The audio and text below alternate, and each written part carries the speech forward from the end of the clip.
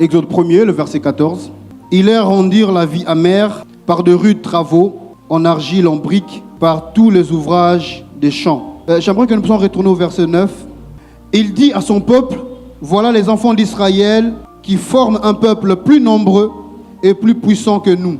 Allons, montrons-nous habiles à son égard, empêchant qu'il ne s'accroisse et que survienne une guerre ni à nos ennemis pour nous combattre et sortir ensuite du pays.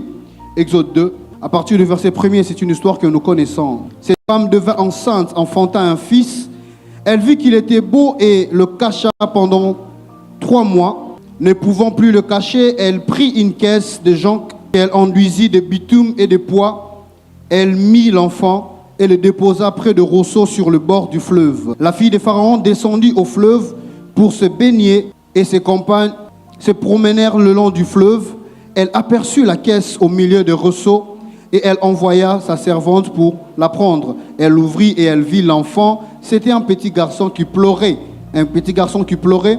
Elle en eut pitié et elle dit, c'est un enfant des Hébreux. Alors la sœur de l'enfant dit à la fille de Pharaon, veux-tu que j'aille te chercher une nourrice parmi les femmes des Hébreux pour allaiter cet enfant? Va, lui répondit-il. La fille de Pharaon et la jeune fille alla chercher la mère de l'enfant. J'aimerais que nous puissions rapidement lire Psaume. Mes destinées sont dans ta main. Délivre-moi de mes ennemis et de mes persécuteurs. Parole du Seigneur. Alors, le terme que j'aimerais aborder ce soir, c'est mes destinées sont entre tes mains. Alors, d'entrée de jeu, si j'aimerais définir la destinée, c'est le programme de Dieu pour ta vie. La destinée, c'est le but principal de ton passage sur la terre. C'est le programme invisible de Dieu derrière ta vie sur terre. Chacun de nous a un programme de Dieu. Encore mieux, chacun de nous est détenteur d'un programme de Dieu. Chacun de nous a comme une feuille de route tracée par Dieu, ayant les trajectoires et le contour que doit prendre ta vie. Alors ainsi, ton passage sur terre n'est pas le fruit d'un hasard. Alors, mais moi, je suis étonné, homme de Dieu. Lorsque j'ai lu la parole de Dieu, dans Psaume 31, on ne fait pas mention de la destinée, mais on dit les destinées, au pluriel. La destinée, je disais, c'est le programme de Dieu pour ta vie. Chacun de nous a une destinée. On peut avoir le même visage, on peut sortir d'une même famille, on peut passer par le même processus universitaire, mais la destinée diffère. Parce que le problème, ce n'est pas les choses que nous faisons. Le problème, c'est le programme de Dieu. Alors, je suis étonné. Normalement, ce que nous sachons, ce que je sais, chacun de nous a une destinée. Mais c'est étonnant. Dans Psaume, le psalmiste dit, mes destinées sont entre tes mains. Il ne dit pas la destinée, mais il dit mes destinées. C'est comme si le psalmiste dit que chacun de nous n'a pas seulement une seule destinée. Nous en avons plusieurs. Je ne suis pas en train d'affirmer. Je suis en train de pousser une réflexion. En réalité, nous n'avons qu'une seule destinée. Mais dans l'effectivité de la destinée, elle peut prendre plusieurs formes. Voilà pourquoi on peut fermer par la gauche, Dieu ouvrira par la droite. Parce que la destinée, elle est unique, avec plusieurs facettes. Alors pendant que je me questionnais sur ce sujet, le Saint-Esprit m'a fait comprendre quelque chose. Chacun de nous a une destinée principale. Mais les destinées au pluriel, c'est l'ensemble des canaux de destinée principale et secondaire qui servent d'appui pour accomplir la destinée principale. J'aimerais expliquer ça mieux. Par exemple, notre père, le pasteur Dédé, il est un homme de Dieu, authentique. Son passage sur terre donnera une seule référence, un homme de Dieu puissant. Mais en dehors d'être homme de Dieu, il est passé par des études, comme il a dit lui-même, économiques. Alors ainsi, la destinée principale, homme de Dieu, est quelquefois alimentée par les destinées secondaires. Voilà pourquoi notre Père, son côté économiste, vient apporter le soutien à son côté pastoral, notamment par sa gestion du personnel et même son côté stratégique sur la communication pour l'évangélisation. Tu peux être destiné à être pasteur dans ta destinée principale, mais en dehors de ta destinée principale, tu es aussi destiné à être économiste, médecin, père de famille, mère de famille, destiné à être un grand frère ou un petit frère. Quand tu ne sais pas être un bon père pour tes enfants, dans ta destinée secondaire, tu auras du mal à être un bon pasteur pour ta destinée principale. Car si tu ne sais pas éduquer ta famille, tu auras du mal à éduquer toute une nation, toute une église. Quand ta destinée principale, c'est de diriger un peuple, et que dans ta destinée secondaire, tu ne sais même pas éduquer ta famille, tu auras du mal à diriger toute une nation. Parce que les destinées secondaires nous exercent, nous forment pour l'accomplissement de la destinée principale. Est-ce que je suis en train de parler à quelqu'un? Quand tu ne sais pas être un bon petit frère poli, tu auras du mal à être un bon assistant parce que tu n'es pas habitué à subir l'autorité. Les destinées secondaires sont des terrains de formation de la destinée principale. La destinée se forme avant de s'accomplir. La destinée n'est pas le fruit d'un hasard. Voilà pourquoi je t'interdis de dire « Moi je suis appelé à la grandeur, mais tu fuis l'école ». Je suis appelé à être une grande dame, mais c'est toi qui vis dans la débauche. Fais attention sur ta manière dont tu gères tes destinées secondaires, parce que ce sont elles que Dieu utilise pour soutenir l'accomplissement de ta destinée principale. Alors j'aimerais dire, au-delà de tout ceci, ne sois pas aussi intimidé parfois par la contradiction qui peut y avoir entre ta destinée principale et tes destinées secondaires.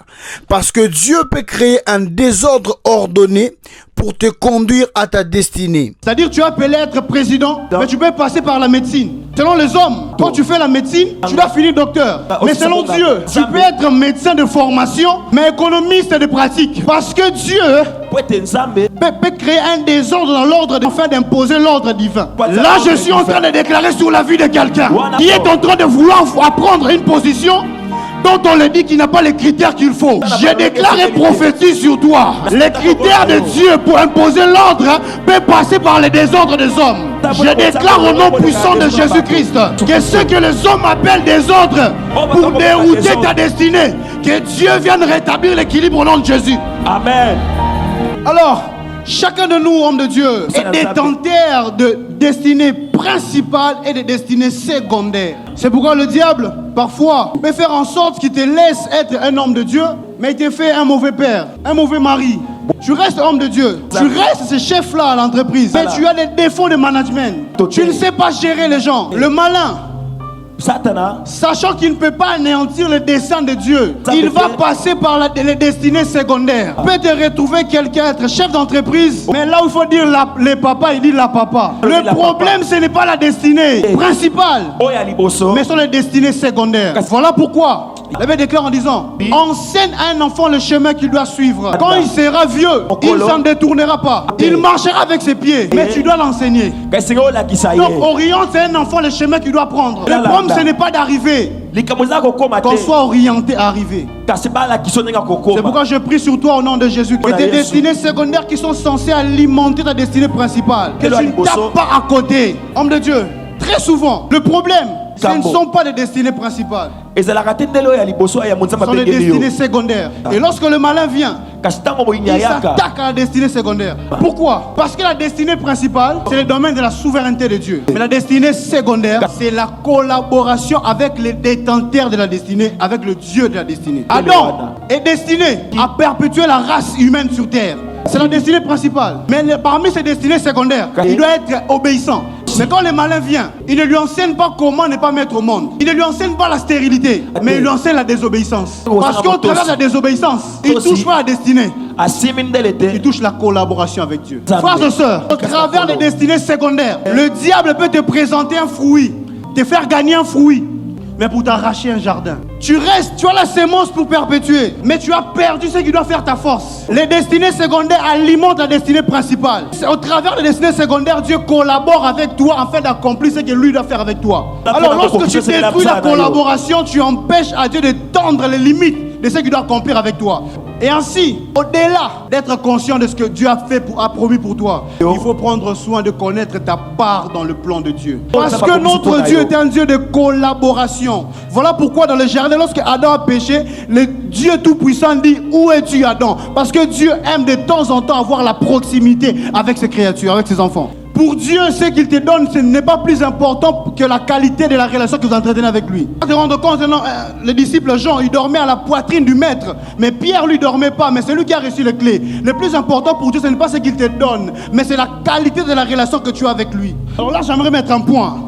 N'évalue pas la qualité de ta relation avec Dieu sur base de ce que tu reçois de Dieu. Parce que pour Dieu, la quantité n'explique pas la qualité. Tu peux avoir des choses qui pèsent, mais avoir une relation qui ne pèse pas. De nos jours, Dieu est vivant dans nos bouches, mais mort dans nos cœurs. Lorsque Dieu veut écrire une histoire avec toi, la première des choses qu'il veut faire, sa première cible, c'est ton cœur. Nous les hommes, nous aimons la main de Dieu. Oui, nos destinées sont entre ses mains. Mais son amour est dans son cœur. J'aimerais vous dire une vérité. La basique du salut, ce n'est pas la puissance de Dieu, c'est l'amour de Dieu. Parce que Dieu aime étendre sa puissance qui est là où il y a d'abord son amour. La Bible déclare en disant, Dieu a tant aimé le monde qu'il a donné. Avant qu'il soit capable de sauver l'homme, il a commencé par aimer l'homme. Parfois, tu rates certains saluts parce que tu n'adhères pas à l'amour de Dieu. Alors j'aimerais te conseiller ceci. Espère à la main de Dieu, attache-toi mieux à son cœur. Alors, ce n'était pas ça vraiment le fond de ma pensée ce soir. La destinée de l'homme est attachée à un agenda. Et chaque chose que Dieu va faire avec toi ne sont pas des choses brisques, ce sont des choses périodiques et progressives. Nous avons lu Exode. La Bible déclare en disant, le peuple d'Israël sont devenus nombreux. À cause du nombre, Pharaon était dérangé. Il a tout fait pour les empêcher de s'étendre. Pourquoi je commençais par les destinées secondaires? Parce que chaque destinée est attachée à un combat particulier. La non-conscience du combat qui est à ta destinée peut te pousser à ouvrir des portes qui détruisent ta propre destinée. La force de la vie d'un homme est attachée à la découverte de sa destinée. Tu deviens de plus en plus mature, même dans ta relation avec Dieu. Le jour où tu deviens conscient de ta destinée. Parce que dans chaque destinée, Dieu attache des interdits et des instructions. Et les instructions de Dieu, parfois, peuvent s'avérer non graves, mais très fondamentales pour l'accomplissement de ta destinée. Homme de Dieu, la Bible déclare en disant, change cette pierre en pain. En réalité, lorsque un homme a faim, quelqu'un qui t'aime, après le jeûne de 40 jours, il te donne à manger. Mais une chose qui est normale selon les humains est une abomination selon les divins. Alors, l'une des choses qui te permettra d'aller loin dans ta destinée, c'est la compréhension des choses selon le langage de Dieu. Il y a des choses qui s'avèrent bonnes, mais mauvaises selon Dieu. Homme de Dieu, vous savez, le pain, c'est la parole de Dieu. Lorsque Christ est venu sur terre, il commençait déjà à prêcher, donc il était déjà la parole. Mais, effectivement, il n'était pas encore la pierre. Parce qu'il sera la pierre, le fondement pour bâtir l'église. Or l'église ne serait pas encore bâtie si la chair du Christ n'est pas encore. Donc le diable lui a présenté un plan. Les pains qui symbolisent son présent. Parce qu'il prêchait déjà, il était déjà la parole pour son peuple. Mais la pierre, c'est son devenir. Alors qu'est-ce que le diable fait? Parfois, il vient pour brouiller le processus de ta destinée. Les choses qui sont réservées à toi de manière progressive. Lui, il te promet à l'instantané. Et il te dit, change la pierre en pain. Ce que tu seras dans le futur, la pierre. Amène ça dans le présent. Le diable a quelque chose de très particulier. C'est qu'à cause du présent, il peut te faire renoncer à ton futur. La pierre, c'est ce qui doit être dans le futur. Le pain, c'est qu'il est déjà dans le présent parce qu'il prêche déjà. Mais il te demande de changer cette pierre qui est dans le futur. Dans le présent. En fait, que la pierre dans le futur devienne le présent, le pain dans le présent. Parfois, les retards que nous prenons dans notre destinée, c'est un problème de non-respect du processus de Dieu. Alors je reviens à ce que je disais. Il est en train d'empêcher Israël de se multiplier. Mais ce que Pharaon ne sait pas, la multiplication d'Israël n'est pas un fruit du hasard. C'est une parole prophétique que Dieu avait déclarée sur Abraham dans Genèse. Quelquefois on te combat aujourd'hui, on ne sait pas que la source, ce que tu dois accomplir, ne vient pas dans le temps, ça a commencé depuis l'éternité. Frères et sœurs, l'adresse de la naissance d'un homme, c'est la maternité. Mais l'adresse de la naissance de la destinée, c'est dans l'éternité. Pour qu'une femme mette au monde, elle a besoin d'une sage-femme. Mais pour qu'une destinée s'accomplisse, il faut la main de Dieu. Parfois, Dieu n'a pas besoin de soutien des hommes pour accomplir ce que lui a promis. Pharaon pense qu'Israël fait exprès. Israël ne fait pas exprès. Israël est en train de subir ce qu'on appelle le poids de la souveraineté de Dieu. Il y a Ma beaucoup de prière personnes pour toi ce soir, La commande pour que tu t'arrives à faire des choses, même pendant que tu es en train d'avancer. Que toi-même tu sois étonné. Parce que ce que tu accomplis, c'est le poids de la souveraineté de Dieu qui est en train de t'accompagner. Israël est en train de subir des travaux forcés. Nous le savons, nous sommes Congolais. Même nos mamans nous le disent souvent. Quand tu te maries, évitez qu'on me à kilo, tout ça, parce que ça combat la masculinité. Excusez-moi le terme. Mais Israël qui est en train de subir des travaux forcés, garde la sémence forte. Ce que Dieu fera avec toi ne dépendra pas des travaux forcés que tu subis, mais dépendra de la bénédiction qui est derrière la sémence que tu as. Quand tu es enceinte des promesses de Dieu, même si tu te retrouves à faire des travaux forcés, la prise en charge de la grossesse de Dieu est prise par lui-même Dieu. Vous savez, nous lisons parfois, comme Papa Michel dit, je suis nouvellement marié. Alors, nous essayons de lire certaines histoires sur la grossesse de la femme et tout ça. On voit la douleur que la femme subit et parfois on échange à la maison, on dit « Ah, ils n'auront pas si. Hein. » Parfois les femmes demandent à ce que pas si on est un zémi. Ah, mais maman, on a senti pas si on est dans la wala. La douleur de la grossesse soit partagée avec le mari. Selon la conception de femme, parfois les hommes minimisent la souffrance de femme parce qu'il y a des douleurs, parce qu'ils ne savent pas la douleur de la grossesse. Mais la bonne nouvelle avec Dieu, nous sommes enceintes d'une grossesse dont la douleur est subie par Dieu lui-même. Voilà pourquoi il n'a pas peur de t'accorder un message, peu importe ce que tu traverses. Parce que les choses que je te dis, lui-même il prend en charge de la douleur que tu vas avoir. J'aimerais te dire ceci. Certes tu as mal, certes tu pleures, mais la prise en charge de la douleur est assurée par Dieu. Voilà pourquoi tu te rendras toujours compte. Malgré les difficultés que tu auras dans ta destinée, l'accomplissement restera toujours possible. Parce que Dieu, en accordant la promesse, il ne dit pas que ça sera facile, mais il dit que ce sera possible. Parce qu'il a dit, tout n'est pas facile à celui qui croit, mais tout est possible à celui qui croit. Alors ainsi, ce n'est pas la facilité qui va faire en sorte que tout devient possible, mais c'est la possibilité qui rendra toute chose facile. Vous savez, quand vous voulez faire quelque chose, c'est difficile, c'est impossible, ce n'est pas facile. C'est à l'instant où vous voulez commencer que vous allez vous rendre compte de l'impossibilité. Mais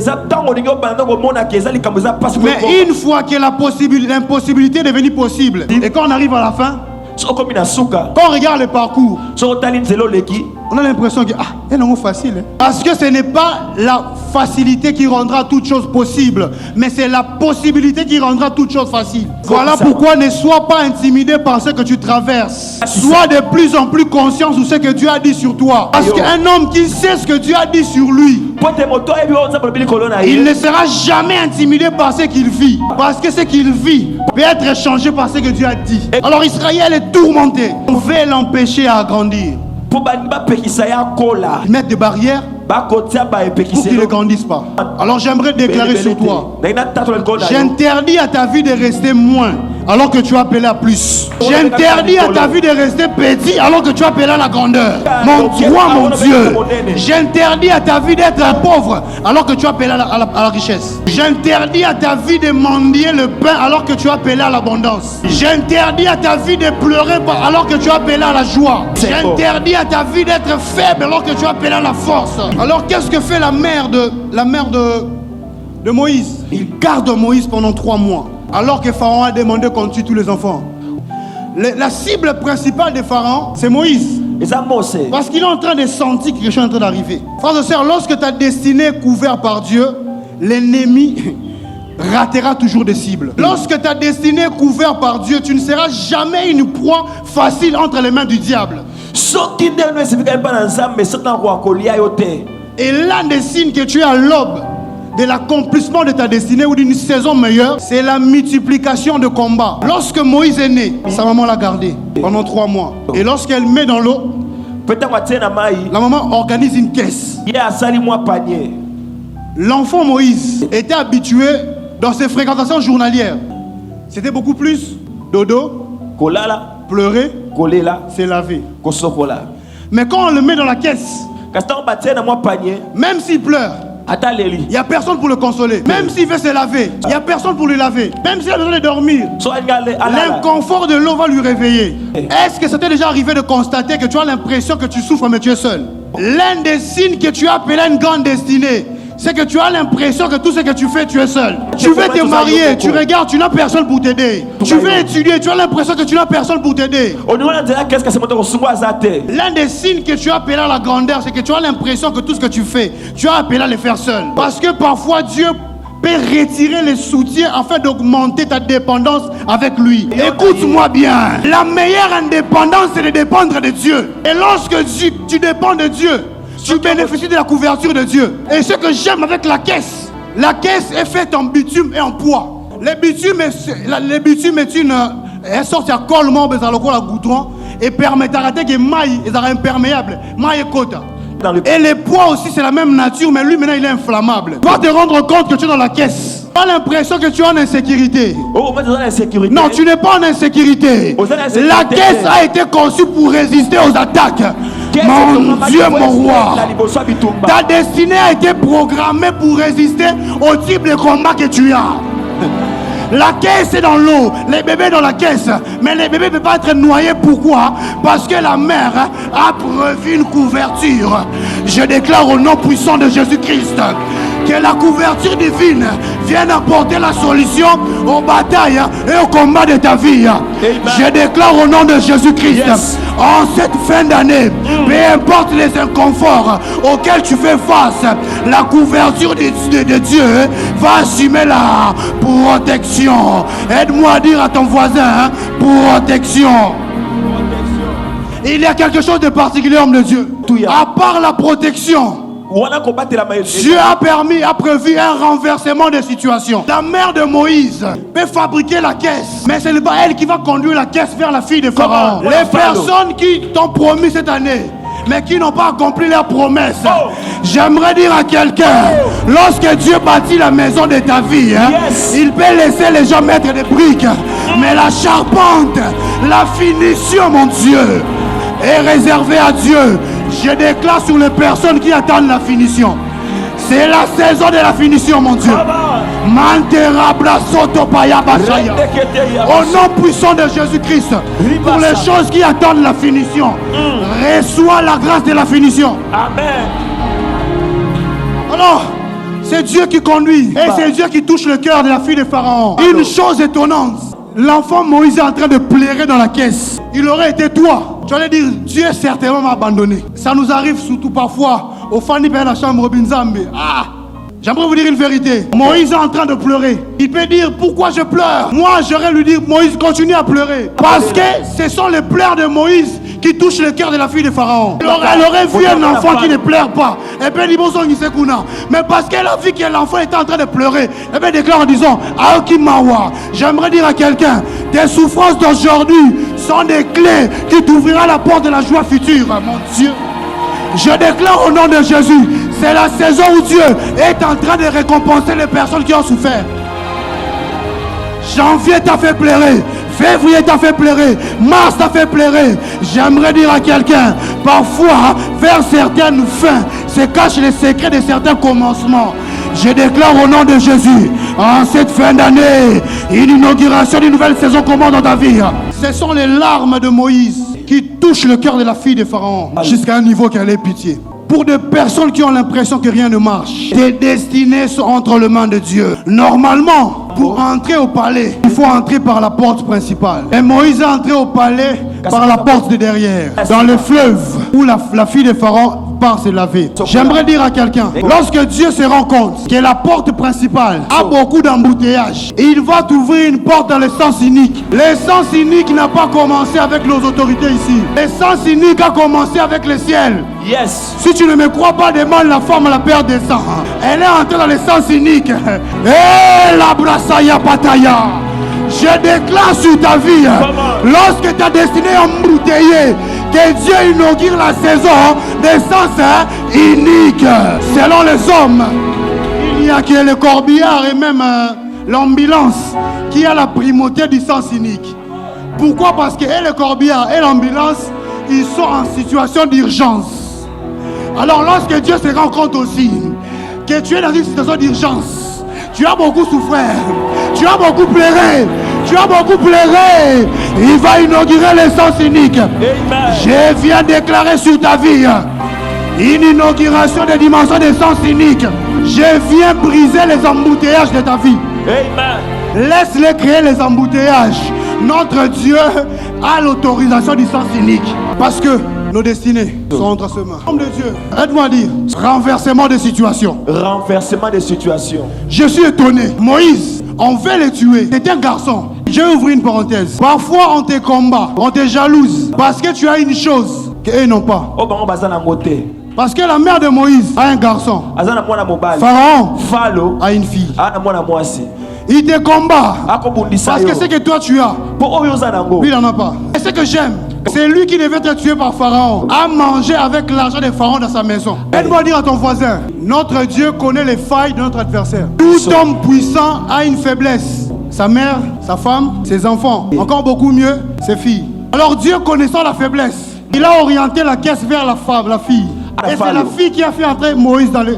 Dieu se servira des faiblesses de tes ennemis afin de te permettre d'accomplir ta destinée. Un renversement de situation. C'est lui qui veut ta mort. Il sera un instrument pour ton élévation. C'est lui qui veut te mettre par terre. Il sera un instrument pour te mettre debout. C'est lui qui veut ta peine, ta souffrance. Va prophétiser la réussite sur ta propre vie. Voilà pourquoi je déclare, chaque fois que tu seras face à quelqu'un qui avant que tu viennes était contre toi, en te voyant, Dieu va changer son cœur.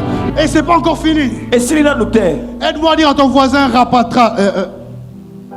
Mon Dieu, français dans langue de bisoté. Rattrapage. Rattrapage. Lorsque Israël est venu en Égypte, ils étaient au nombre de 70. Mais lorsque le nouveau pharaon vient, il constate qu'ils sont nombreux. Donc dans la course de la vie, Égypte avait 100 et Israël avait 10. Mais il est arrivé un temps où les retardataires ont rattrapé ceux qui ont commencé à aller depuis longtemps. J'aimerais te dire, c'est la saison du rattrapage. La saison est arrivée où Dieu va faire en sorte que ceux qui ont commencé avant vont arriver en retard. Parce que c'est la saison de ces...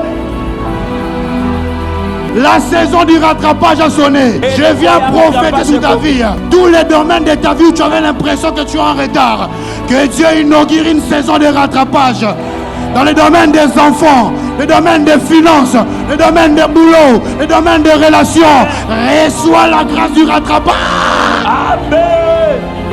Aide-moi à dire à ton voisin la grâce de rattrapage. La grâce de rattrapage. Mais il ne se limite pas au rattrapage. Il va dans le dépassement. Il ne te conduit pas seulement à te rapprocher, mais à te dépasser. Je viens déclarer au nom de Jésus-Christ que cette fin d'année inaugure une saison de dépassement au nom de Jésus. Je prie sur ta vie que les choses auxquelles tu avais du retard, tu as l'impression que tu dois rattraper.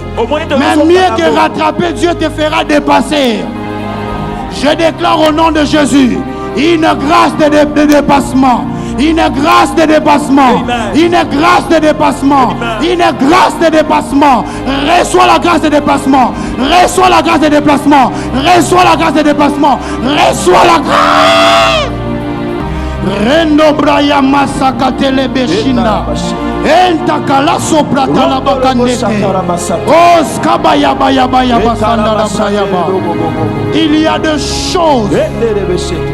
Il faut les désirer pour la voir. Si on examine la vie de Moïse, Moïse est un paradoxe. Le paradoxe veut dire contraire à l'opinion commune. Là où tout Israël est en train de subir les travaux forcés, lui est en train de dormir dans la maison de Pharaon. Nous allons prier que la grâce du dépassement inaugure la saison du paradoxe. Ça veut dire quoi? Partout où tu iras, s'il y a une loi générale, toi tu vas apporter une loi particulière. Yes. Tu vas prier là où la loi générale gouverne. Moi j'ai fait partie à la loi de la particularité. Moïse se retrouve dans la maison de Pharaon. C'est lui qui devait le tuer, mais l'a accepté. Nous allons prier pour la grâce de l'acceptation. La grâce de l'acceptation a fait en sorte qu'un Moïse qui est étranger Et c'est là que démon sont qui mon païa. soit considéré comme un prince Ba moni le roi mona mon parmi les étrangers. Quand tu n'as pas païa. Donc cette grâce, Ngolu lorsqu'elle te localise, ce que simbio elle te donne l'accès facile. et qu'on peut sortir là qu'on fongwa. Lorsque les hommes veulent faire une promotion, So yi ba to ba quand on te regarde, tant batalio on voit en toi l'accès facile. ba moni yo c'est là qu'on fongwa. Lorsqu'on veut faire confiance à quelqu'un, So ba sa moto quand on te confiance. voit, So on batalio voit en toi l'accès facile. ba moni c'est là qu'on fongwa. Lorsque tu vas même au marché, So to ke na wenze. les gens qui veulent acheter, ba to se ba ils voient en toi l'accès facile. ba moni c'est là qu'on Tu fais une démarche de voyage. On ça démarche Quand on lit seulement ton nom, So ba on voit en toi l'accès facile. ba moni accès Tu facile. vas dans une belle famille, Aucun appel. quand on voit ton visage, Ba moni lo kina on yo. voit en toi l'accès Ba facile. moni accès facile. Lorsqu'on veut marier une sœur, So ba quand on voit en toi, ba moni yo. Manteraya Braya Basakata la Bayata. Est-ce que tu peux déclarer que mon visage, que ma vie soit la vie des gens qui ont l'accès facile? Moïse Mose est né parmi les esclaves, mais il a grandi kashakola ki dans le palais royal. nanda kwa mokonzi. Nous allons prier Tokobondela pour la saison de la royauté. pona eleko ya bokonzi. La saison de la royauté. Eleko ya bokonzi. Moïse, Mose les choses que sa grande sœur makabo yana ya mwasi et son grand frère yana mobali ont subi, bamonaki Moïse ne va pas les subir. ya monaki yango te. Parce qu'il y a des personnes Po eza na bato dont leur destinée oyo tele na bango a le pouvoir eza na nguya de changer ya kobongola la destinée de plusieurs. bandele ya bato ebele. Nous allons prier Tokobondela pour la grâce de la royauté. pona ngolu ya Là où sa grande sœur a mis la mille, il y a bien été. Moïse a mis la mille, il y a bien. Si les autres n'ont pas pris de bons laits, Moïse a pris un bon lait. Nous allons prier pour cela. Tokobondela pona yango. La grâce de la royauté. Ngolu na boko. Qu'elle coule sur tes enfants. Et sopa likola bana. Parce que Moïse était bébé, mais il a accédé à la royauté. Il est possible que ton enfant de 7 ans, Yes. au nom de Jésus. Ah, je sens qu'on doit faire cette prière. Homme de Dieu, lorsque Moïse a été accepté par la fille de Pharaon, ça ne garantit pas que Pharaon aussi va l'accepter. Il y a des personnes, bandimi na bangoye, on t'a accepté. dans un côté n'a parlé, Mais dès que tu arrives au même palais, Kolo parlé, celui qui est roi à Bengani. te chasse. Nous allons prier. Nous allons nous opposer aux arrêts de royauté. Barré à royauté. Bazio stage, vous évoluez bien, mais era musala bakatio. Au bandaki relation bien, mbala zaki ne lorota comme na mbonga boyo. My God. Oyaki stage boye, on a posé bazo mais bazio te.